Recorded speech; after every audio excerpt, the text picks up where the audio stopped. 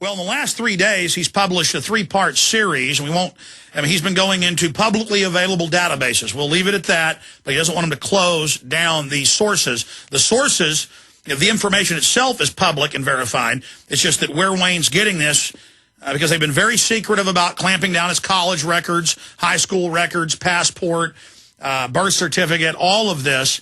Wayne doesn't want him to shut down the source of this because he's digging through it right now and finding even more, and is scheduled to go down there again today. I'll just leave it at that. But the story of Obama, all in the company, in 3 parts. We've got it linked up at Infowars.com. We've got the blurb written above it with some of the history of other presidents being intelligence assets. Bombshell, Barack Obama conclusively outed as CIA creation. And I've seen a lot of this info open source before, but Wayne's put it all together in one spot and found a lot of new data.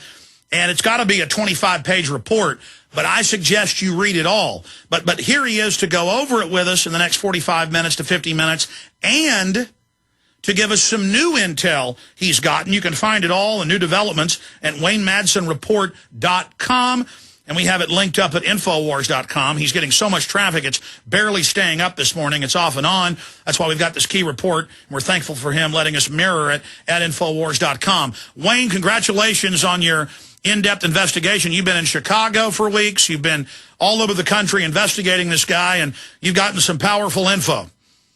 Oh, thanks, but I feel somewhat chagrined. I think all this information is what should have come out during the presidential campaign, not on a sitting president of the United States. And I really think that myself and other members of the media, I'm not counting the corporate media, they never touched these stories, but we really were remiss, I think, in delving into this guy's past during the campaign, which is what we've done with every other previous presidential candidate. And for some reason, I guess we all got hooked on the hopium with Obama. Well, Bush was so bad, I don't blame people for wanting to get hooked on the hopium, but I saw his advisors and Wall Street doubling down on him. I knew McCain was bad, but clearly he was the establishment's heir apparent, and so that's why I saw through him. Oh, absolutely. And now we hear today that one of the Kagan boys has been hired on as an advisor to General Petraeus. So what's the difference? We had Obama speaking at the CIA headquarters telling them, how much he appreciates what they do and don't worry about the investigations. Where he should have been kicking them for what they did during the renditioning in the secret prisons, and now we know about the latest one in Morocco where we turned people over to have them tortured by the Moroccan secret police. So I mean, this is the guy that keeps on giving as long as you're CIA or the Pentagon, and I don't see any change. As a matter of fact, in some respects, I think he's worse.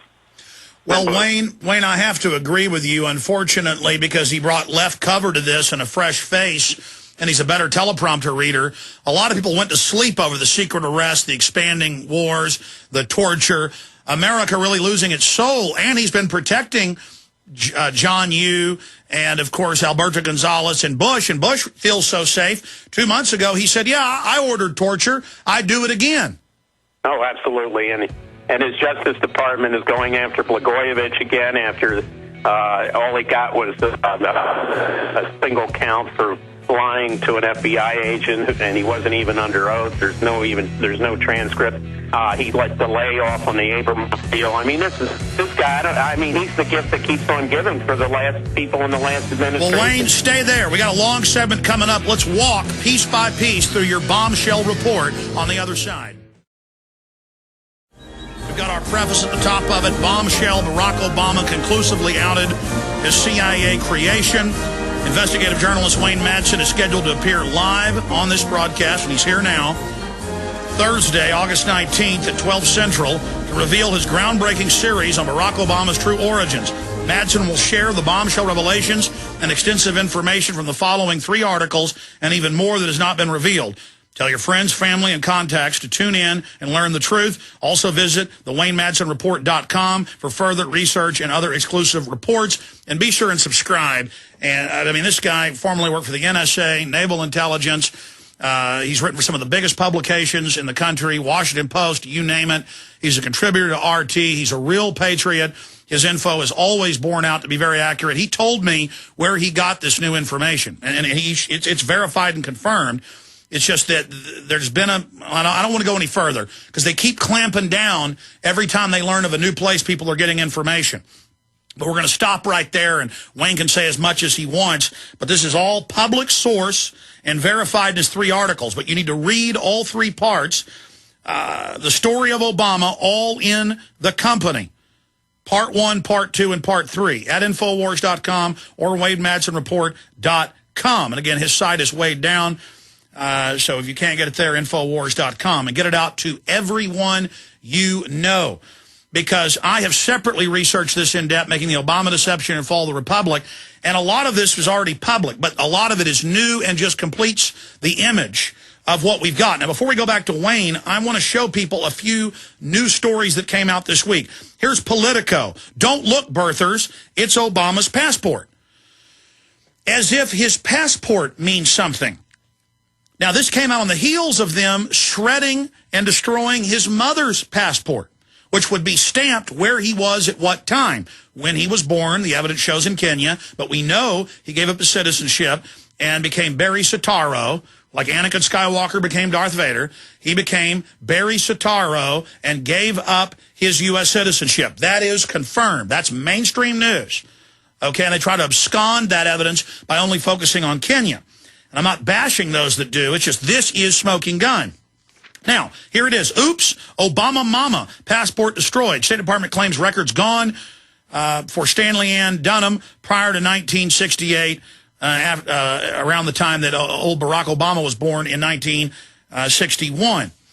Continuing, White House offers glimpse of President Obama's passport documents, shows birthplaces Hawaii. So they're desperate. They won't put out the original passport, just a receipt of it. Okay, just a slip. Not the real passport.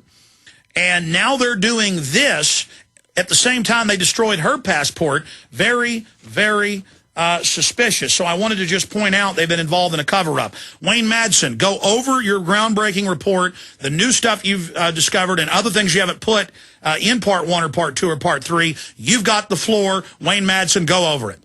Well, I started this investigation by looking at the company that President Obama went to work for after he graduated from Columbia, and it was Business International Corporation, and that was a company that had close ties to the CIA. They used some of their quote-unquote journalists as CIA cover officers overseas.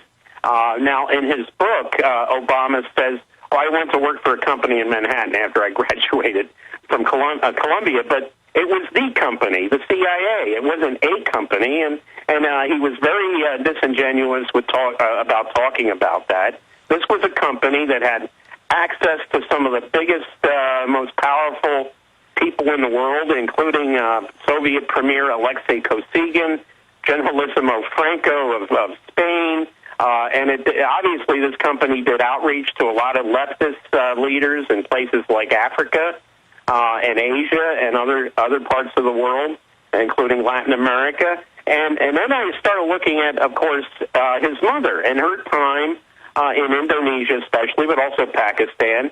It turns out she was working not only for the Ford Foundation on microfinancing projects, and I have information that states that one of the CIA economic officers at the U.S. Embassy in Jakarta worked on the same exact project while she was there, financing, microfinancing for these farmers and artisans in Central Java. Now, Ann Dunham Soetoro takes her son at 7 years old into Indonesia following the CIA-inspired coup. 2 years later, Lolo Soetoro, his stepfather, was called back by General Suharto from Hawaii, where he met Obama's mother in '65, but prior to the CIA coup, and he went to work for the Suharto's army. Now, that they killed an estimated up to 1 million Indonesian citizens, a lot of ethnic Chinese, and also reported members of the Indonesian Communist Party. So this is the environment she takes 7-year-old Barack Obama. I mean, who in their right mind would do that unless you were, being assigned to work for the agency in those days?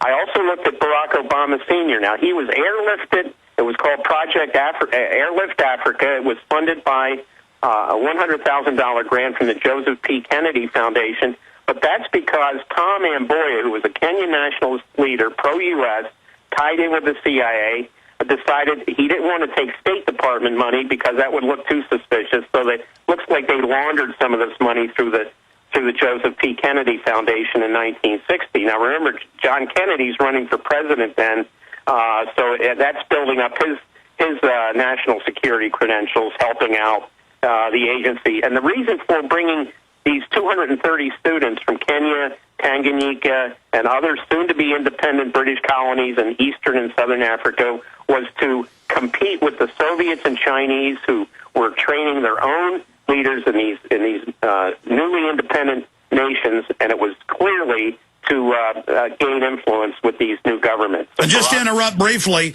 the bottom line historically is the British are the masters of this, but other governments have done it.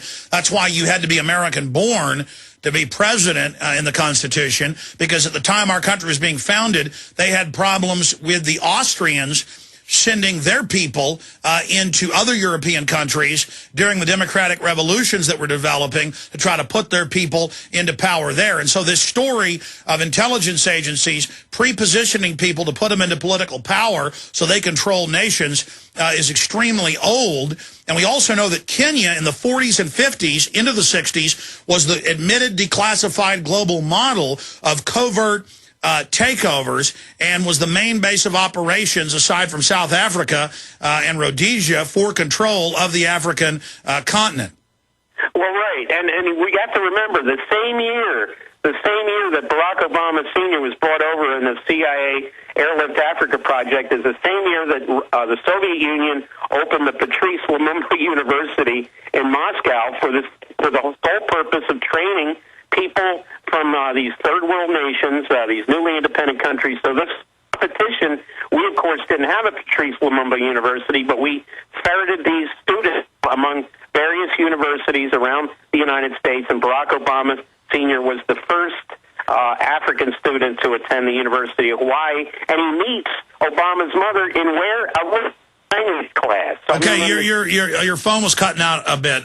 He meets his mother. Again, Barack Obama Sr. meets Mama, and of course her daddy, you're going to get into, has connections to the agency. He meets her where? In a Russian language class at the University of Hawaii. Now, this is the height of the Cold War.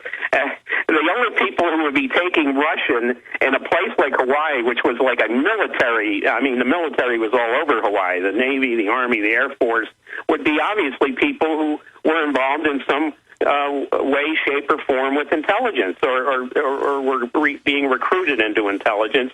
And now Stanley Armour Dunham, the grandfather, there's a photo of him welcoming Barack Obama Sr. to the airport in Hawaii. Now, we were told that they met for the first time at the Russian language class. It's clear now, this furniture salesman, we were told Stanley Armour Dunham's grandfather, it was in the furniture business. It seems like he was in much, much more than just selling furniture. Incredible. And then, of course, you have her then being projected into the big foundation under Tim Geithner's father. I mean, just on every side, you've got all these connections in the report. And then he's got a fake name. He's changing his name. We don't know where he's born. He comes from nowhere to become president. I mean, the evidence is overwhelming. Well, and then we have the curious case of his grandmother, Madeline Dunham, who died 2 days before Obama was elected president in 2008. The Obama campaign apparently didn't want her giving any interviews to the press. Maybe they were afraid she'd be like Newt Gingrich's mother with the Katie Couric interview and slip up and say something that would have embarrassed them. But she was one of the first female vice presidents at the Bank of Hawaii, and now, lo and behold, we find out that bank was used by the CIA front company in Honolulu to make payments to these dictators in Asia, like Suharto and Marcos in the Philippines, and Generalissimo Chiang Kai-shek in Taiwan, and the Park Chung-hee in South Korea, and the liberal Democrats in Japan.